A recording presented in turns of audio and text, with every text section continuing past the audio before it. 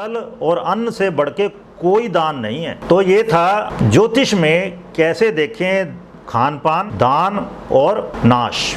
अब आइए वास्तु में बताता हूँ थोड़ा मैं आपको। वास्तु में खाने पीने से रिलेटेड बातें बताता हूँ सारी। पहले अन्न भंडार कहा गया वायव्य में। आपके खेत में अनाज पैदा हुआ, आपके घर के नॉर्थ वेस्ट में, वहाँ ग्रेनरी होनी चाहिए, अन्न भंडार होना चाहिए, वहाँ पर स्टोर करो उसे। फिर आ जाइए साउथ ईस्ट में किचन कही गई है, लेकिन उसके भी ईस्ट में, साउथ ईस्ट के ईस्ट में फूड की प्रोसेसिंग होनी चाहिए। फूड प्रोसेसर वहाँ रखो, जिस तरह दही मथना वहाँ पे बताया गया है। तो प्रोसेसिंग आजकल सारी प्रोसेसिंग वहाँ हो। फिर साउथ ईस्ट में कुक किया और कुक करने के बाद उसको कहाँ रख दिया? साउथ ऑफ साउथ ईस्ट में, साउथ की तरफ रख दिया उसको। तो आग्नेय में खाना पकाना होता है, आग्नेय के दक्षिण में किचन स्टोर। जिस तरह आपने जो दही मथा उसको आपने अब उबाल लिया, उसका घी बना लिया, अब उसको घी को कहाँ स्टोर करोगे? साउथ की तरफ। ये घी की बात है, केवल बाकी सभी चीज़ों पे ये अप्लाई कर सकते हो आप। तो संसाधित प्रोसेस्ड फूड कहाँ रखें? South of south east. और खाना खाने की जगह वास्तु में कहाँ बताई गई है? पश्चिम में। भोजनम पश्चिमायाम च, भोजन पश्चिम में करें, शनि की दिशा में। और उत्तर और ईशान के बीच में, उत्तर ईशान्य और मध्य औषधार्थम तु कार्यत, औषधि रखने की जगह। अब औषधि कौन है? औषधियाँ आयुर्वेद में ये बाजार से लाने वाली, मेडिसिन स्टोर से लाने वाली नहीं है कोई। ये है आपकी किचन में ही, जब सब खाने पीने की चीज़ें सब औषधियाँ हैं। तो औषधि स्थान जो है वहीं पर ही खाने पीने की चीज़ें भी रखनी चाहिए। बाजार से आप ताज़ा ताज़ा दूध ला रहे हो, मक्खन ला रहे हो, दही ला रहे हो, ब्रेड है। ब्रेड क्या? कुक्ड फूड है, पहले से ही बेकरी में बना हुआ है। आप तो रेडी टू ईट है वो तो हम गर्म कर लेते हैं वैसे ही। तो दूध, दही, घी, पनीर, अंडे, वटेवर, वो सब वहाँ पर डायरेक्टली कंज्यूम हो सकते हैं। वहाँ पर वास्तु पुरुष का मुख है। तो रेडी टू ईट थिंग्स वो आप देखो वहाँ पर रखिए, उत्तर और ईशान के बीच में। तो ये हुआ खाने पीने के मामले में वास्तु। अब है दान के मामले में वास्तु। तो मैं मतम के 29वें अध्याय में हमें मिलता है अधम वेश्म विन्यास, मतलब plan for a small palace. उसमें कहा गया पश्चिम दिशा पूरी की पूरी वो दान देने के लिए सबसे बढ़िया है।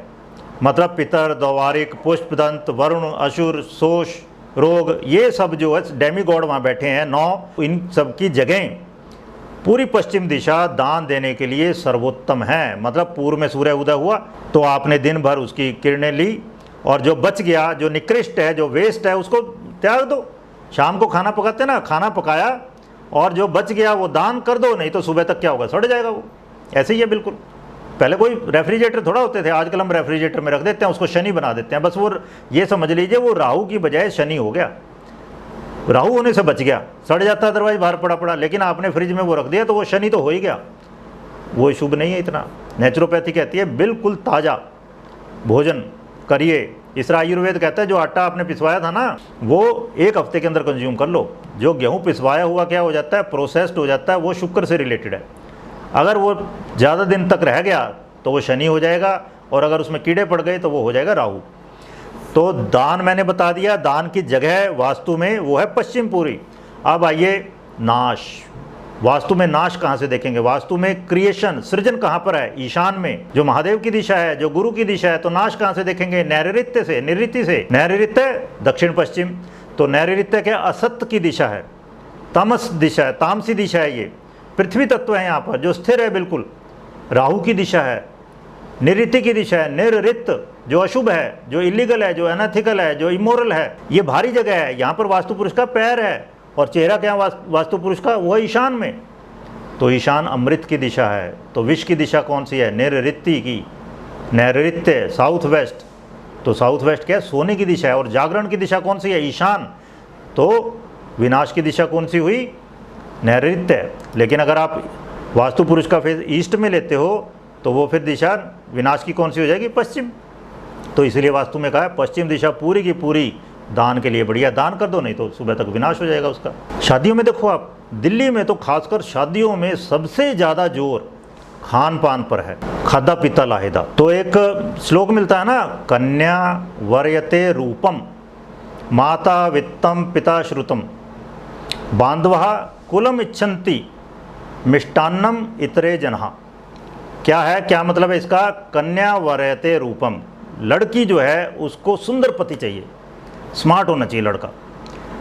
माता वित्तम, माँ को चाहिए धनी लड़का, पैसा हो खूब सारा। पिता श्रुतम, पिता चाहता है इंटेलिजेंट हो, पढ़ा लिखा हो। बांधवा कुलम इच्छन्ति, घर के जो मेंबर हैं सारे कुल परिवार के लोग हैं, नाते रिश्तेदार हैं, बंधु बांधव है, वो क्या चाहते हैं अच्छे परिवार में रिश्ता जुड़े। भाई लड़का IAS हो, पॉलिटिशियन हो, रिनाउंड पर्सन हो, धनी हो, ताकि जो नाते रिश्तेदार कह सकें कि जी हमारा उनके साथ रिलेशन है, इतने बड़े लोगों के साथ। लेकिन बाकी सभी लोग केवल अच्छा खाना खाना चाहते हैं।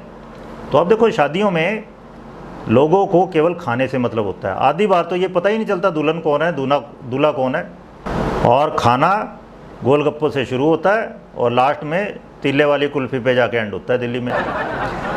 तो लोगों को पता है असली धन यही है, जो खा लिया वो अपना, बाकी सब सपना। तो श्रीमद् भागवत में इसीलिए कहा है यावत भ्रियेत जठरम तावत सत्वम ही देही नाम। जितने धन से पेट भर जाए उतना ही देहदारियों का अपना है। शादी में गए आपने जो खा पी लिया वही है। तो क्या करना है, बचाना छोड़ो, धन खर्च करो, क्योंकि कहा गया ना हमारे यहाँ तेन त्यक्तेन भुंजी था, जिसने छोड़ा उसी ने भोगा। जब तक पैसा खर्च नहीं करोगे, खाने पीने की चीज़ें कहाँ से खरीदोगे, पैसे नहीं दोगे, गाड़ी में ट्रैवल नहीं कर सकते।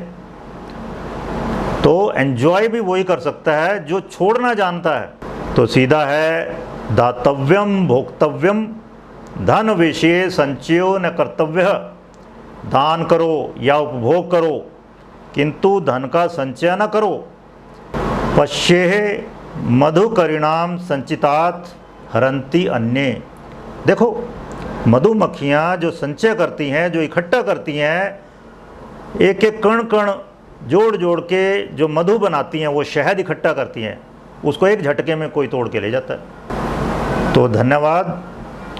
आप सभी खाते पीते रहिए, स्वस्थ रहिए, व्यस्त रहिए, मस्त रहिए, लेकिन अस्त व्यस्त ना रहिए।